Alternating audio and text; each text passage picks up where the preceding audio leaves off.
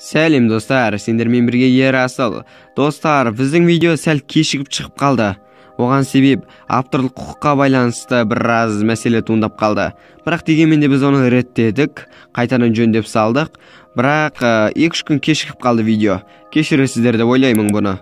Бүгін біз сіздерге шын өмірден алынған Чернобыль 2019 киносының негізгі желісін айтамыз. Бұл кино өте қызықты және шыға салысымен 9.5 деген бағаны алған еді. Өте жоғарғы бағалауды алған кино, сондықтан да өте қызықты деп ойлаймын. Және бұл 5 бөлімге бөлінген. Біз бүгін бірінші бөлімін ғана айтамыз. Ал енді видеоны бастайық.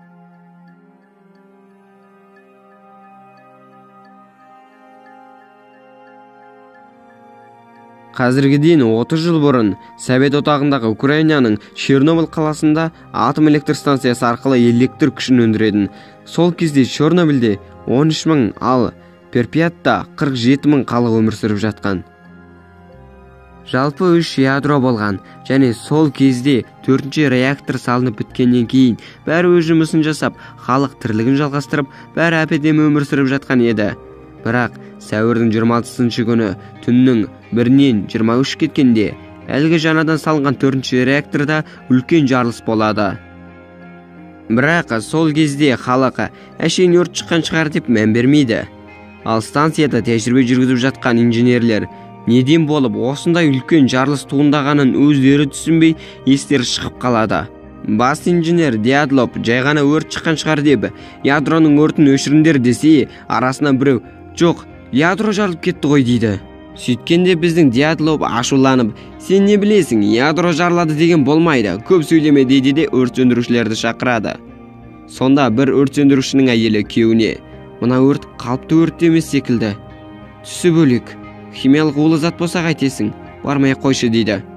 Сонда күйеуі, өтпейді, біздің кісілердің бәрі бара жатыр, мен ғана қалатын емес, тым болмайды деп жүкті әйелін бетінен бір шоп еткізіп ары қарай кете береді. Сол кезде станцияның 2 жұмысшысы радиоактивті заттардың мөлшерін тексерсе, қалыпты жағдайдан әлдеқайда көп екенін көреді де, бұл жерден шығу керек деп кетіп бара жатса, алдарынан бет-аузы түгел мен қанға боялған станция жұмысшыларын көреді. Сол кезде Дятлов қарап тұрып, бұл реакторға тек су ғана керек, сонда бәрі дұрыс болады. Барлығын реакторды сумен толтырыңдар, әйтпесе бұл жерден шықпайсыңдар деп бұйырады.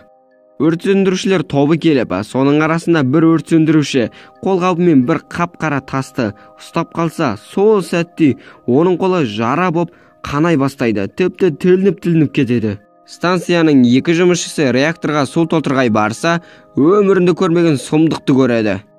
Сол сәтте жоғардағылар жиналыс жасап, жағдай қалыпты, жай ғана өрт шыққан шығар деп жатса, бір шал, мына жағдай қауіпті болмаса, онда мәліметтерді құпиялайық, барлық байланысты үзіп тастайық, хабарлама жіберуді тоқтатайық дейді. Егер осылай істесек, біз болашақта қаһарман боламыз деп оттайды.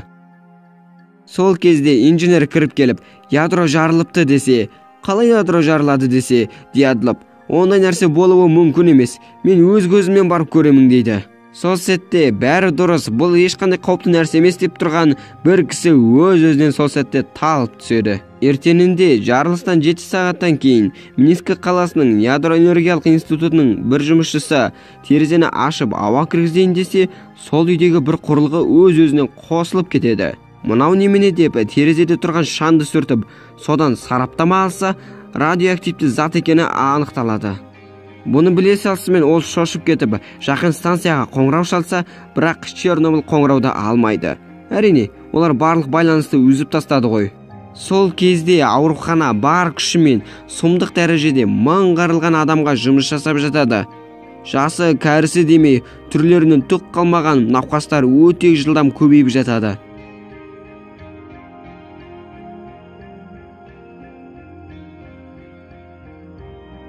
Сол кезде өрт сөндірушінің әйелі күйеуін жер көктен іздеп, енді дәл ауруханада деп ауруханаға күш бермей кіріп кетеді.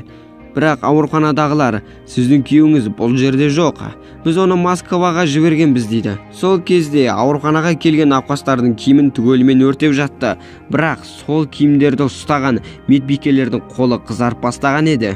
Сол кезде биліктегілер, бұл жарылыс аса қауіпті емес, жай ғана рентген сурет алғанмен бірдей. Сондықтан бұл оқиғаны ары қарай таратпай осы жерде шешіп тастайық деп жатады.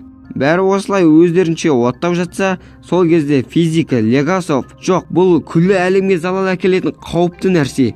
Сендер түсінбей тұрсыңдар. Жарылған станция уран арқылы электр күшін шығарады. Уранның жалғыз атомы жарық жылдамдығымен оқ секілді барлық затқа әсер етеді. Оның 1 граммында миллиардтаған дәл сондай оқтар болады. Ал қазір Чернобыльде 3 миллион грамм уран дем алатын ауада, ішетін суда, жейтін тамаққа сіңіп кетті. 100 жылдан кейін де кетпейтін залал қауіп туындады" деп айтады. Бұл сөзді естігеннен кейін басшы Горбачев шокқа түсіп қалады. Және ол біртүрлі болып: "Борис пен Легасовқа Чернобыльге барып, барлық мәліметтерді маған баяндаңдар" деп айтады. Сөйтіп, Борис пен Легасов ұшақпен Чернобыльға келе жатып, Легасов әлгі жарылған станцияның үстінен графит пайда болғанын көреді. Осылай қаншалықты жағдай ушыққанын айтады да: "Біз мынаның үстімен ұшатын болсақ, 7 күннен кейін өлеміз" дейді. Бұны естіген ұшқыш тура сол сәтте бағытын өзгертеді. Біздің әлгі радиоактивті затты анықтаған келіншек Коммунист партиясының басшысына барады. "Мен Чернобыльда жарылыс болғанын білемін. Сіз дәл қазір халыққа йодин ішкізіп көшіруіңіз керек. Дәл қазір адамдар осы жерден кетпесе, қаншамасы қырылып қаладың мен білмеймін" деп айтса да, әлгі бастық дым мән бермей: "Уайымдама, ол жерде ешқандай қауіпті мәселе жоқ. Мен оны білемін" деп оттайды. Үкіметтен келген екеуі деттеген жерге жетіп, сол жақтың жұмысшыларынан станцияның үстінен неге графит пайда болған десе, әгілердің өздері білмейді. "Үйтпеу керек еді ғой, біртүрлі екен" деп естері шығады. Содан кейін шетелден келген мықты радиоактивті затты анықтайтын құрылғы келіп, содан олар сол құрылғы арқылы жарылыс болған жерінің жаңынан зерттеу алса, 15 000 деген нәтиже шығады.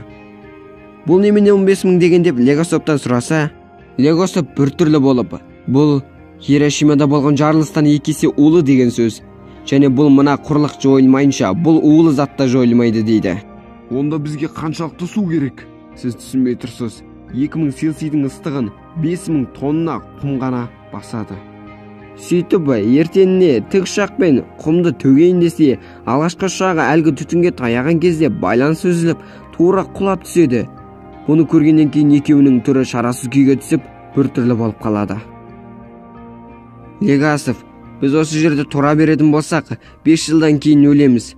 Бұл жер өте қауіпті" дейді. Сөйтіп отқан кезде телефон шырылдайды. Тұтқаны көтеріп сөйлессе, жарылыс жайлы Швейцария, Америка деп әлдеқашан әлем бойынша біліп қойған екен. Тіпті Германия балаларын сыртқа шығаруға тыйым салып жатқан екен. Сонда Чернобыльдің балалары ештеңе білмей далада ойнап жүргенін көріп, олардың жүрегі ауырады. Жағдай ушыққанына байланысты халықты көшіруді бастайды. Көше бойларымен: "Тыңдаңыздар. Станцияда жарылыс болуына байланысты қалада қауіпті жағдай орын алуда. Сондықтан халықты залалсыз жерге көшіруді бастаймыз. Сіздер құжаттарыңыз бен тамақтарыңыздан басқа ештеңе бірге алуға болмайды. Алғашқы кезекте балалар, қарттар мен қыз-келіншектерді автобуспен көшіреміз" дейді. Бұл істі әскерилер атқарып жатты. Адамдарға бір чемоданнан басқа ештеңе алуға болмайды. Үй жануарында қалдырып кетуге тиіс болып жатты. Қаладан кетіп бара жатқан адамдар не болып жатқанын өздері де түсінбей бара жатқан еді. Халықтың бәрі көшіріліп болғаннан кейін, біздің басты кейіпкерлер Чернобыльге қарап тұрып, біздің кино осылай аяқталып кетеді. Осылайша Чернобыль киносының бірінші бөлімі аяқталып кетеді. Және біздің видеода дәл осы жерге келіп тоқтап отыр. Ал достар, видео ұнаса міндетті түрде лайк басамыз, және де арнаға тіркелуді ұмытпаңыз. Мына қызыл батырманы басып, жаңа шыққан қоңыраушаны басып қойыңыз. Сонда сіз біздің жаңа шыққан видеолардан қалыс қалмайсыз.